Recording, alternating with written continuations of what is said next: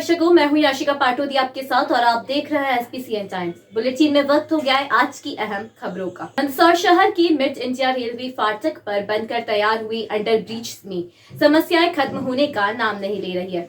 लगातार under bridge में जल भराव और गंदगी की वजह से वाहन चालकों को परेशानी का सामना करना पड़ रहा है। मंगलवार को फिर यही परेशानी भरी तस्वीरें सामने आई, जिसमें वाहन चालकों ने मीडिया के सामने बताया कि मैसेंजर रेलवे फाटक अंडर ब्रिज बनकर तैयार हो गया, लेकिन समस्याएं खत्म होने का नाम नहीं ले रही है। अंडर ब्रिज के नीचे जल भराव हो रहा है, जिससे कि वाहन चालक दुर्घटना का शिकार होते रहते हैं। वही कीचड़ और गंदगी की परेशानी भी बनी हुई है। कई बार जिम्मेदारों को शिकायत करने के बाद भी अब तक इसका उचित समाधान नहीं निकल पाया। बता दें कि मैसेंजर अंडर ब्रिज मुख्य शहर के इलाकों को अभिनंदन क्षेत्र से जोड़ता है, लिहाजा यहाँ आवागमन भी काफी अधिक रहता है। लेकिन लगातार हो रही इस परेशानी के चलते कई वाहन चालक यहाँ दुर्घटनाओं का सामना भी कर रहे हैं। मेरा नाम सुरेश धनगर है। क्या कहेंगे यहाँ पे मिड इंडिया के यहाँ पे जो पानी से फिसलन हो रही है? जी बिल्कुल, आए दिनों यहाँ क्या है कि जो राहगीर आते हैं गाड़ियों से तो कुछ लोग गिर भी जाते हैं, तो पानी की समस्या तो है नगर वाले का। पहले किसी से शिकायत की थी आपने क्षेत्र वालों? हाँ करी तो थी, होती रहती है। यहाँ नंबर लिखे हुए हैं, लोग आते जाते हैं, कभी कोई समस्या रहती है तो फ़ोन लगा देते हैं। तो हाँ, पानी तो ऐसा ही भरा रहता है। क्या नाम है? मेरा नाम सुरेश धनगर है। मेरा नाम गणेश राठौर है। क्या कहेंगे यहाँ पे जो गंदगी से कीचड़? यहाँ पे भी जैसे टर्न के कारण और एक गंदगी जो कीचड़ हो रहा है, उससे कई लोग मतलब एक्सीडेंट का खतरा, गिरने का, गाड़ी की स्लिप हो जाती है। जैसा भी मैं भी बहुत बार, मेरी भी क्योंकि ध्यानपूर्वक चलानी पड़ती है, बहुत बार ऐसा हुआ मेरे साथ। आपके साथ भी हुआ? हाँ मेरे साथ भी हुआ। मैंने पहले देखा भी, एक बार पहले भी इधर से कोई जा रहे थे, शाम का टाइम था, 8 बजे के लगभग। उस टाइम पे कोई गिर गया था, तो फिर हमने मदद करी उनकी। उनको काफ़ी चोट भी लगी थी। तो क्या नगर पालिका से कहते हैं आप सफाई होनी चाहिए? हाँ बिल्कुल होनी चाहिए ना सर, क्यों नहीं होनी चाहिए, क्योंकि ज़रूरी भी है सर। कभी बड़ा हादसा हो सकता है? हाँ बड़ा हादसा हो सकता है काफ़ी, तो इसको नगर पालिका को ध्यान में रखते हुए करना जरूरी है इसके लिए। क्या नाम है आपका? गणेश राठौर नाम है मेरा सर। प्रदेश भर में संविदा स्वास्थ्य कर्मचारियों की क्रमिक भूख हड़ताल जारी है। मंदसौर में भी शहर की गांधी चौराहा नगर पालिका के सामने NHM संविदा स्वास्थ्य कर्मचारियों की क्रमिक भूख हड़ताल 8वें दिन भी जारी रही। विगत 18 अप्रैल से प्रदेश भर के संविदा स्वास्थ्य कर्मचारी अपनी विभिन्न मांगों को लेकर एक बार फिर हड़ताल पर बैठ गए। बता दें कि पूर्व में भी कई बार संविदा स्वास्थ्य कर्मचारियों ने धरना प्रदर्शन व हड़ताल के माध्यम से सरकार के सामने अपनी मांगें की रखी, लेकिन आश्वासन पर आश्वासन मिलने के बाद एक बार फिर परेशान संविदा स्वास्थ्य कर्मचारियों ने क्रमिक भूख हड़ताल की शुरुआत विगत 18 तारीख से कर दी है और साफ कहा जा रहा है कि इस बार आश्वासन नहीं, आदेश चाहिए। हड़ताल कर रहे संविदा स्वास्थ्य कर्मचारी राजेंद्र सिंह झाला ने बताया कि समस्त जिला अध्यक्ष मंगलवार को राजधानी भोपाल पहुंचे हैं। यहां अगर सरकार उनकी मांगे मान लेती है तो वह अपनी हड़ताल वापस ले लेंगे, और अगर पहले की तरह केवल आश्वासन ही मिलेगा तो हड़ताल किसी तरह समाप्त नहीं होगी और यह आंदोलन और उग्र होगा। वहीं चेतावनी देते हुए यह भी कहा कि पूर्व में भी 2018 में कर्मचारी वर्ग पूरी तरह सरकार से नाराज था, तो कांग्रेस की सरकार बनी थी। इस बार भी हालत ऐसे ही है। संविदा स्वास्थ्य कर्मचारियों ने भाजपा सरकार को साफ कहा है कि अगर जल्द ही उनकी मांगी पूरी नहीं होती तो इस बार भी कर्मचारियों की नाराजगी चुनाव में भारी पड़ सकती है।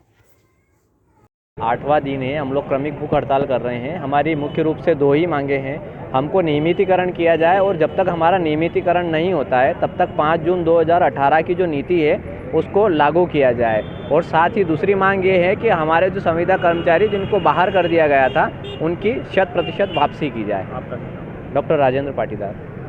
और निरंतर 18 तारीख से हम हड़ताल कर रहे हैं। ये जो हमारी हड़ताल है क्रमिक भूख हड़ताल है, और आज हमारे अध्यक्ष महोदय जो हैं भोपाल गए हैं आगे की रूपरेखा तैयार करने के लिए, जिसमें ये डिसाइड करेंगे कि आगे हमको और कैसे उग्र आंदोलन करना है। यदि सरकार हमारी इस शांतिप्रिय हड़ताल से अगर मानती है तो ठीक, नहीं तो हम आगे जाकर भूख हड़ताल और आमरण अनशन भी इसको करने वाले हैं। और साथ ही साथ हम आगे आने वाली जैसे जो कार्य रूपरेखा है जिसके अंदर ये डिसाइड हो रहा है कि गांव-गांव से होते हुए भोपाल तक हम पैदल यात्रा करेंगे, जिसमें हम गांव के लोगों को, हमारे मित्रों को, हमारे रिश्तेदारों को, गांव की जनता को और आसपास की समस्त जो देश के जो वोटर हैं, जो मध्य प्रदेश के वोटर जो आने वाली विधानसभा चुनाव में, जिसमें ये जो नेता लोग जो हैं ये केवल चुनाव के समय पर हमसे वोट लेने आते हैं, इनको हम मध्य प्रदेश की जनता को हम ये बताएंगे कि ये जो सरकारें हैं, ये जो नेता लोग हैं, ये आते हैं केवल वोट लेने के लिए, और जब हम इनका चुनाव निकल जाता है, जब ये सरकार बन जाती है उसके बाद में हमारे कर्मचारियों की तरफ किसी प्रकार का कोई ध्यान नहीं देते हैं। हम लगातार पिछले 15 से 20 सालों से हड़ताल कर रहे हैं और मध्य प्रदेश की भाजपा सरकार,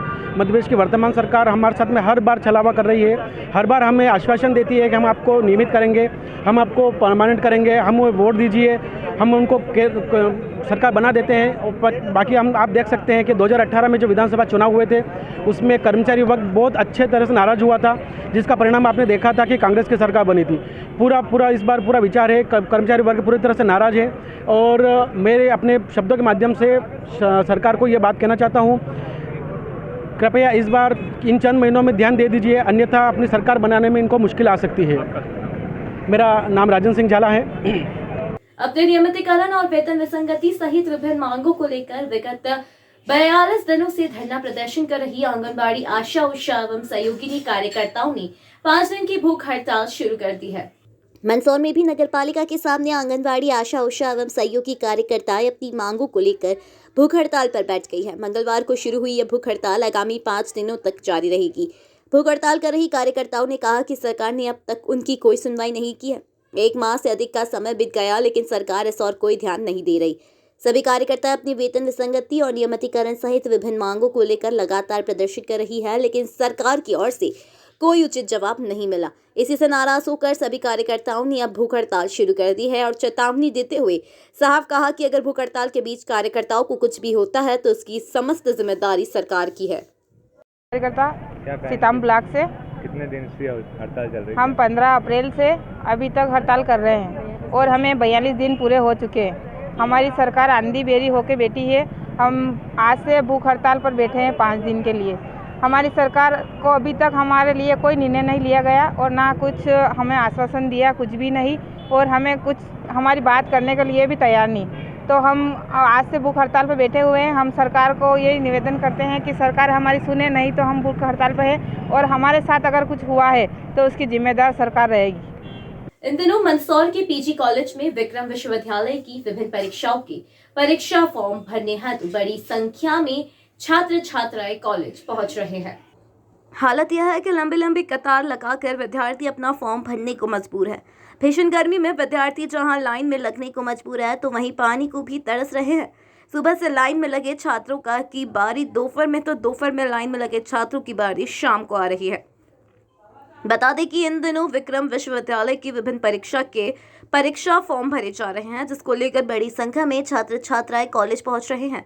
यही कारण है कि बड़ी संख्या में पहुंचे छात्र छात्राओं को कतार लगाकर फॉर्म भरने पर मजबूर होना पड़ रहा है। इस बीच विद्यार्थियों को कई समस्याओं का सामना भी करना पड़ रहा है। फॉर्म वितरण हो रहे हैं? हाँ, एग्जाम फॉर्म भरा रहे हैं। तो कितनी देर हो गई आपको? हमें 2 घंटे हो गए हैं। और अभी भी नंबर नहीं आया? अभी भी नंबर नहीं आ रहा है और पानी की प्यास भी लग रही है। तो क्या लंबी कब तक नंबर आएगा आपका? अभी आ जाएगा, आधा घंटा और लग तो रहा है। 2-3 घंटे लग जाएंगे आपको? हाँ। कहाँ से आया था? नगरी। क्या नाम है आपका? किरण राठौर।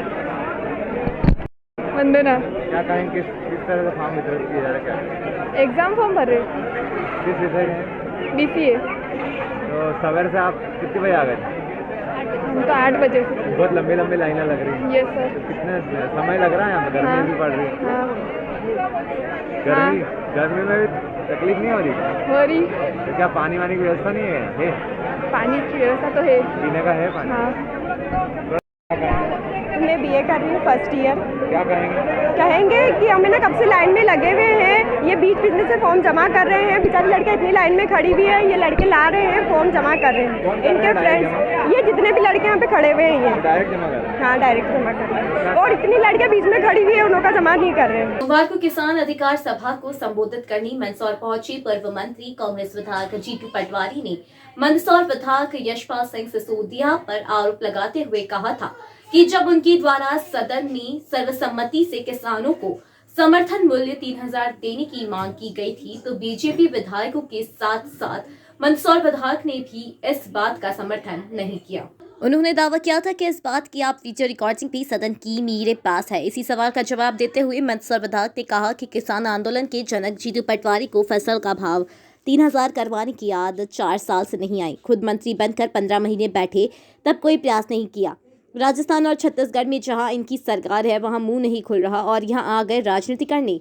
कांग्रेस शासन का पीड़ित किसान आज भी कर्ज माफी के चक्कर में डिफॉल्टर है। खुद की हालत राव विधानसभा से खस्ता है तो भेज दिया कमलनाथ जी ने कि भाजपा के गढ़ में सेंध मारने, काम के आधार पर तो नहीं लगेगी, झूठ के आधार पर कर दो, जैसे किसान आंदोलन भड़काया था जीतू भैया ने, और भेज दिया झूठे जीतू पटवारी जी को।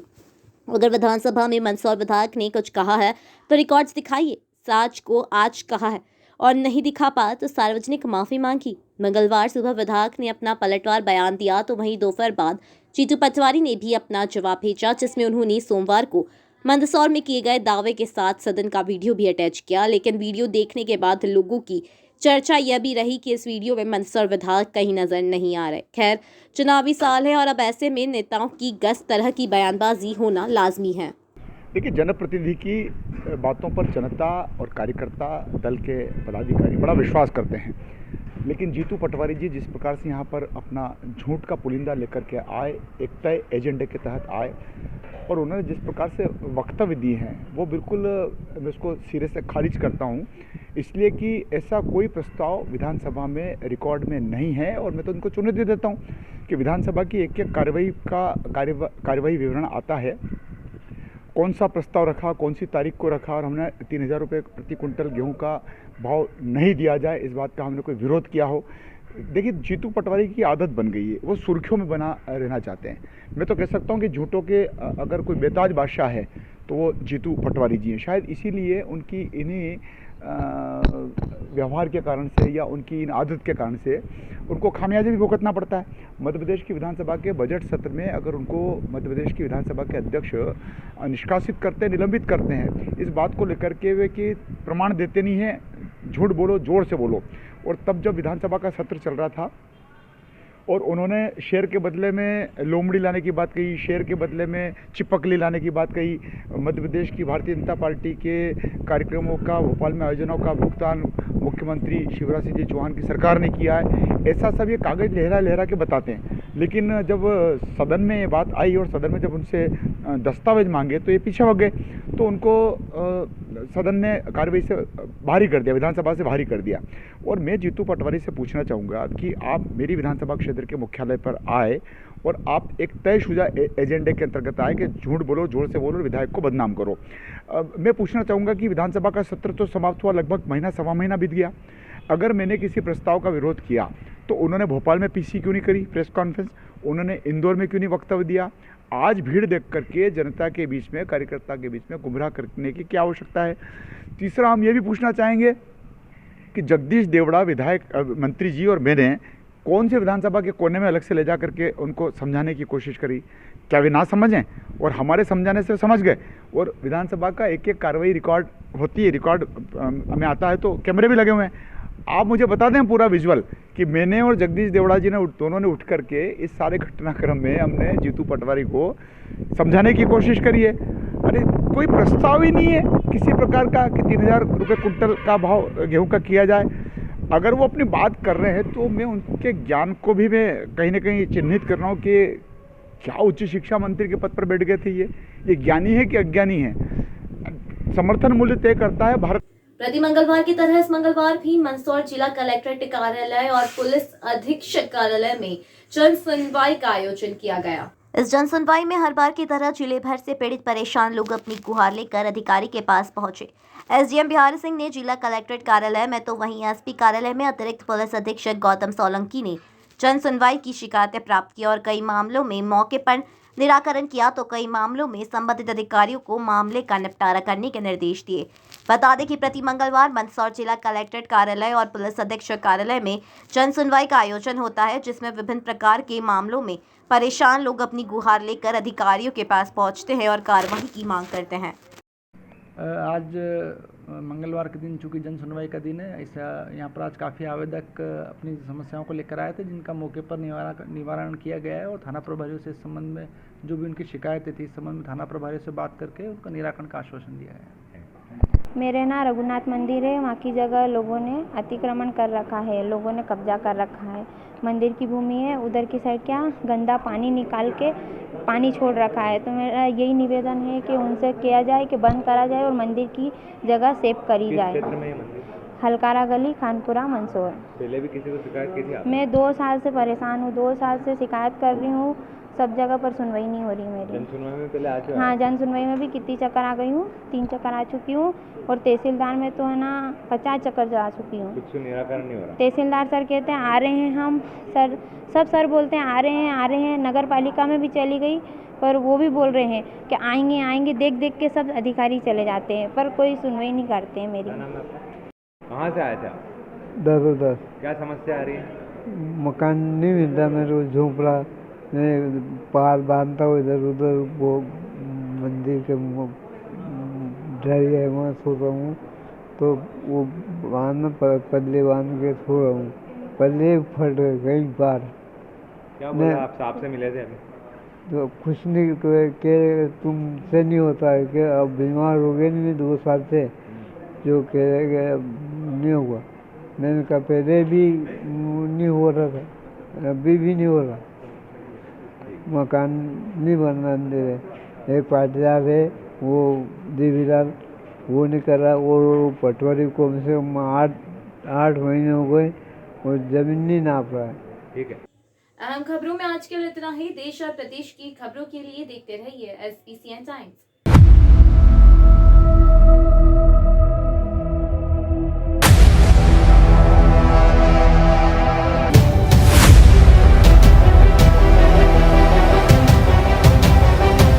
नगर के नेत्र चिकित्सा जगत का अप्रतिम प्रतिमान, सर्व सुविधा युक्त, आधुनिक व नवीनतम नेत्र चिकित्सा के संसाधनों से परिपूर्ण जैन दिवाकर श्री लाभ मुनि नेत्र चिकित्सालय, सीतामऊ रोड, मंदसौर।